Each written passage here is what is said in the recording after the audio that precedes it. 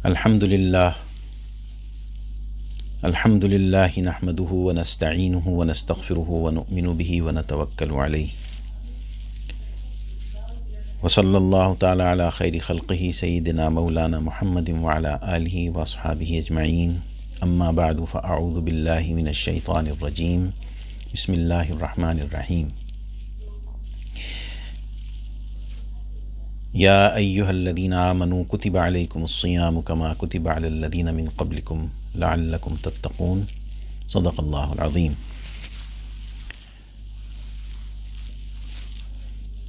میں سب سے پہلے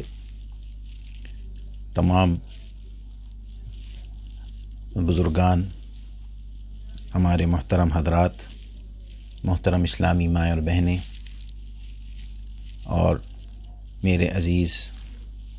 بچوں اور بچیوں، میں ہم وطن میڈیا کی جانب سے آپ سب حضرات کی خدمت میں، جو پاکستان میں، آسٹریلیا میں یا دنیا کے کسی بھی حصے میں دیکھ رہے ہیں، ان کی خدمت میں رمضان کی دلی مبارکباد پیش کرتا ہوں، اپنی طرف سے، اپنی اہلیہ اور بچوں کی طرف سے آپ سب حضرات کو رمضان کی رونقیں اور مبارکبادیں اور رحمتیں مبارک ہوں۔ اللہ تعالیٰ اس مہینے کو ہمارے لیے زیادہ سے زیادہ برکت والا بنائے، آمین۔ اس سال یہ رمضان دوسرے رمضانوں سے ذرا مختلف ہے، اور جیسا کہ آپ کو معلوم ہے کہ وائرس کووڈ-19 کی وجہ سے تمام دنیا میں احتیاط کا ایک سلسلہ جاری ہے۔ ہم ان تمام لوگوں کے لیے جو اس وائرس کی وجہ سے متاثر ہوئے اور انتقال کر گئے، ان کے لیے مغفرت کی دعا بھی کریں گے، اور جو لوگ اس میں مبتلا ہیں اللہ تعالیٰ ان کو شفائے کاملہ اجر عطا فرمائے، ریگارڈلیس کہ ان کا تعلق کہاں سے ہے، کون سے مذہب سے، کون سے ملک سے، کون سی ذات سے، وہ سب انسان ہیں، اللہ کے بندے ہیں، اور ہم دعا کریں گے اللہ تعالیٰ یہی چیز ان کے لیے ذریعہ ہدایت بنا دے۔ اور رمضان میں وعدہ ہے کہ دعائیں قبول ہوتی ہیں۔ حضور اکرم صلی اللہ علیہ وسلم کا پاک ارشاد ہے کہ رمضان کے مہینے میں اللہ تعالیٰ جو فرض درجے ہیں ان کو 70 گنا بڑھا دیتا ہے، اور جو سنتیں ہیں وہ فرض کا ثواب حاصل کرتی ہیں، اور جو نوافل ہیں وہ واجبات اور سنت مؤکدہ کے درجے میں آ جاتے ہیں۔ تو یہ بہت بڑی اللہ کی رحمت ہے۔ رمضان کا مہینہ حضور اکرم صلی اللہ علیہ وسلم نے فرمایا کہ اس کے پہلے 10 دن رحمت ہیں، دوسرے 10 دن مغفرت کے ہیں، اور تیسرے 10 دن جہنم کی آگ سے چھٹکارے کے ہیں۔ تو آج ہم پہلے 10 دن کی بات کرتے ہیں کہ جس کے اندر رحمت کا فیصلہ ہوتا ہے۔ فرمایا حضور اکرم صلی اللہ علیہ وسلم نے، اور بڑی مشہور حدیث ہے کہ رمضان کی رات شروع ہوتے ہی جنت کے دروازے کھول دیے جاتے ہیں، جہنم کے دروازے بند کر دیے جاتے ہیں، شیطان کو بیڑیوں میں جکڑ کے سمندر کی تہ میں بٹھا دیا جاتا ہے، اور فرمایا کہ اللہ تعالیٰ کے فرشتے ہر اس گھر میں جہاں پہ کلمہ طیبہ کا نام لیا جاتا ہے اور پڑھا جاتا ہے اور اس پہ ایمان ہے لوگوں کا، نمازیں پڑھی جاتی ہیں اور روزے دار روزے رکھتے ہیں، ان سب جگہوں پہ وہ کھٹکھٹاتے ہیں اور کہتے ہیں کہ ہے کوئی اللہ کی مغفرت لینے والا، اللہ سے معافی کا طلبگار، ہے کوئی اللہ سے اپنے گناہوں کو بخشوانے والا۔ تو فرمایا کہ یہ جب سب کچھ ہوتا ہے تو بندے جب اس کا جواب دیتے ہیں،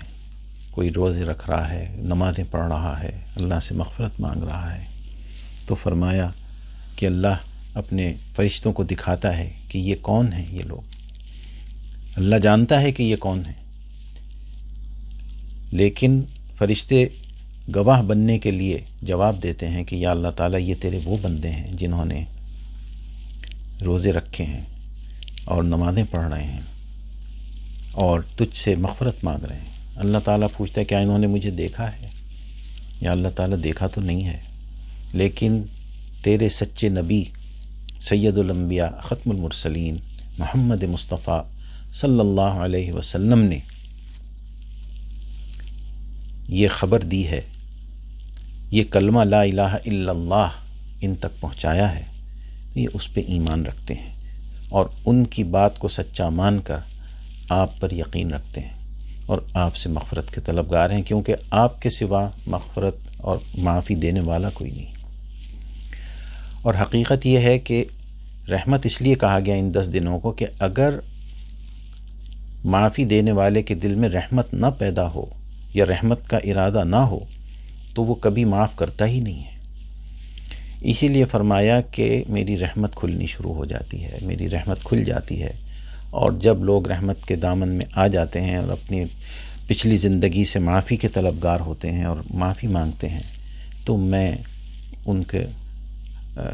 رحمت کے دروازے کھول دیتا ہوں، ان کی معافیوں کو قبول کرتا ہوں، ان کے رونے کو قبول کرتا ہوں۔ سوال یہ پیدا ہوتا ہے کہ اب ہم کس طریقے سے یہ اللہ کے سامنے پیش کریں۔ ہمیں تو عادت ہوتی ہے، نفس کا جو گھوڑا ہے اس کو شیطان چلاتا ہے، وہ ایک سرکش گھوڑا ہے۔